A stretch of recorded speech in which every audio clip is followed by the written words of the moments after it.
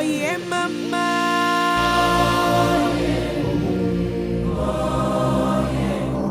Se abren los cielos. Perdón y Clemencia es una obra interdisciplinar que mezcla desde la danza folclórica, el teatro, la música, la dramaturgia y otras artes, las tradiciones vivas. El proceso de investigación inicia desde Huapi, donde he crecido con ese unte de pueblo, de ancestralidades de mis abuelos, mis hermanos, mi mamá, recorrido por Timbiquí, desde Andagoya, Chocó, norte del Cauca. Entonces todo esos territorios es el conjunto del resultado que vamos a ver en Perdón y Clemencia.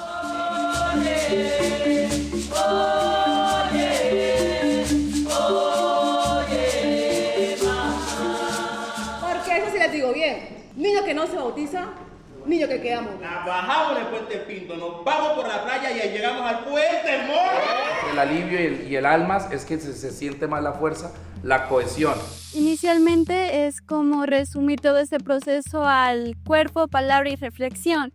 En ese orden, indagamos inicialmente todo el recurso investigativo que nuestros compañeros realizaron en todos estos territorios y nos traemos como la reflexión en cómo la muerte y la vida se desenlazan en esos territorios. La música en el Pacífico siempre nos ha acompañado. Primero porque la alegría cuando el niño nace y todo se vuelve rumba y ¡ay, pudo nacer uno más de la familia! Cuando muere se tiene también música, que hay gente que dirá ¿por qué? Porque se dice que los niños, como son puros, como son sin pecado, que los entierran con palmo y corona. El palmo y corona se referían que la niña o el niño le ponían una ramita en el centro blanca indicando que iba puro. Entonces eso sigue siendo alegría porque, bueno, hubo un alma que nació pura y se va pura, no tiene ningún pecado. Cuando en Timbiquí un niño nace, se recibe con su arrullo. Desde que empieza a ser pinino, se le enseña a bailar. Todo en mi pueblo es fiesta, hasta en el momento de trabajar. Y siempre se alegra mi alma cuando escucho vamos a rumbear. En esa indagación constante del diálogo, la reflexión, entendemos que las matronas también cumplen una función importantísima dentro del mismo territorio. Son un pilar fundamental entre que son las mismas con quienes pueden recibir la vida y son ellas a través de quienes sus cantos pueden despedir también a sus seres queridos y a su comunidad. En ese orden empezamos con toda la escritura, el entendimiento y demás, y ya empezamos como a materializar todo a través de exploración. Esta exploración se hace a través del cuerpo, de la memoria misma, desde entender cómo escénicamente se quiere proyectar la esencia de este territorio que quizás debido a un sistema racista también se ha invisibilizado, y es entender, por más de que las artes sean bellas, también hay que entender que debe visibilizar cantidad de problemáticas. Esto no tiene perdón de Dios. ¿Qué cosa? ¿Ustedes pueden creer?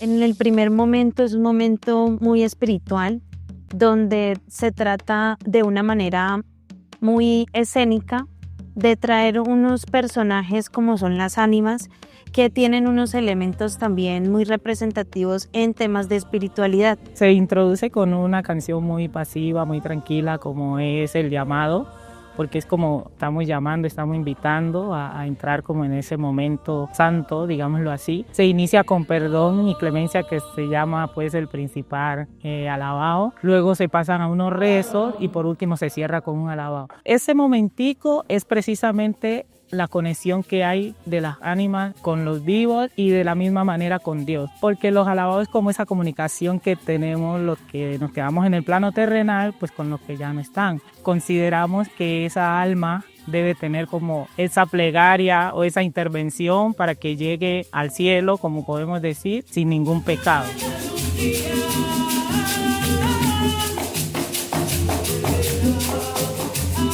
Algo que nos caracteriza mucho como comunidades del Pacífico es eso, precisamente la comunidad.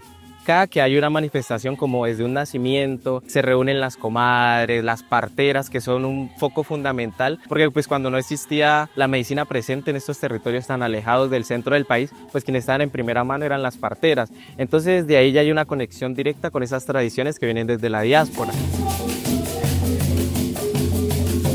Anteriormente no se nacía en médicos, en hospitales, entonces la partera hacía las veces de los médicos, entonces siempre había que estarle investigando, vea que en embarazo tiene tantos meses, le duele aquí, le duele acá, entonces cuando ella decía cualquier cosita me la lleva, pero como la canción lo dice, estamos de lado a lado del río, entonces de aquí, ¿quién sabe canoar? Ah, bobo, échese a la canoa que nos fuimos. Y ya que estamos hablando de las tradiciones de nuestro Pacífico, la niña ya tiene padrino. Como la madrina del agua de socorro, digo que la niña hay que bautizarla. Así que, ¿por dónde vamos a comenzar?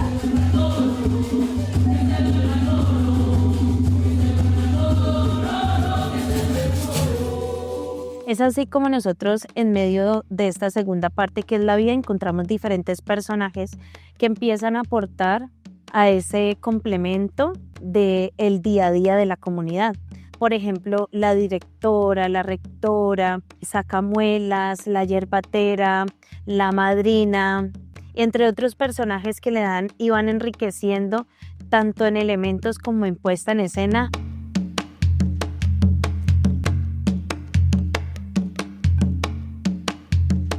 En los pueblos se decía que cuando un niño nacía con una virtud no se podía revelar.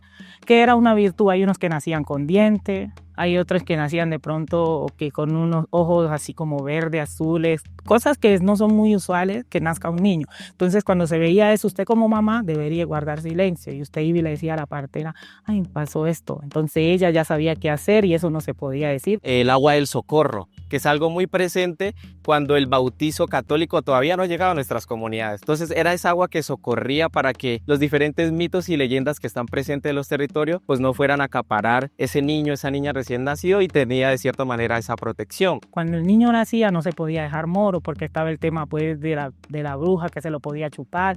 Recuerdo tanto que en mi pueblo cuando nacía un niño encima de la toldilla le colocan unas tijeras abiertas. Eso indicaba que con esas tijeras abiertas y agujas en ciertos lugares, la bruja no se acercaba. Ustedes no saben que ahí en el pueblo dicen que si no se bautiza, vea, ¡zum! Lleva la tunda. Nuestro Pacífico por esa misma razón es tan mágico, porque desde tener una tradición donde enterramos un ombligo, enterramos una placenta, hasta que un niño pueda tener hasta 11 padrinos es algo que no se ve en ninguna otra parte del país. Cada ser que hace parte de esa comunidad le da ese toquecito mágico o esa esencia que desde el ser se le entrega a ese niño o a esa niña. El tercer momento de la obra se ideó unos elementos que dieran un cierre a esta obra como lo es la palma, que se representa con una base alargada de madera envuelta en cintas blancas y rosadas, en referencia también a los tonos que se juegan con el altar.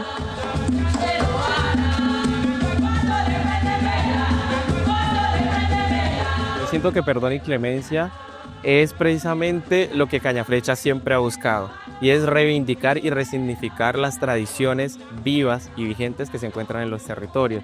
Como persona del territorio nos sentimos orgullosos de poder mostrar a ustedes, por medio de las artes escénicas, lo que si vas a Guapi, a Timbiquí, a López, a cualquier parte del Pacífico, vas a encontrar ese tipo de manifestaciones.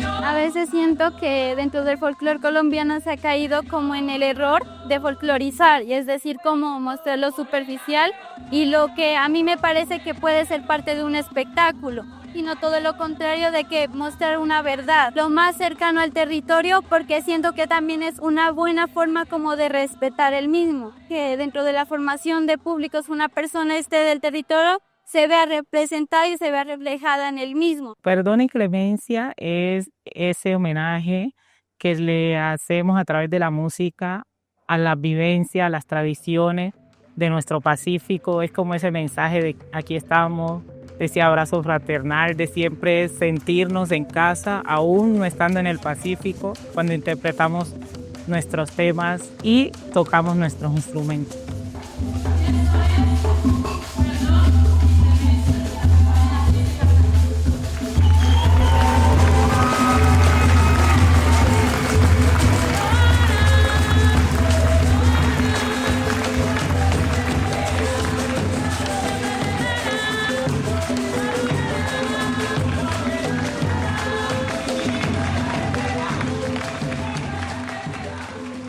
En el nombre del Padre, del Hijo, del Espíritu Santo. Amén.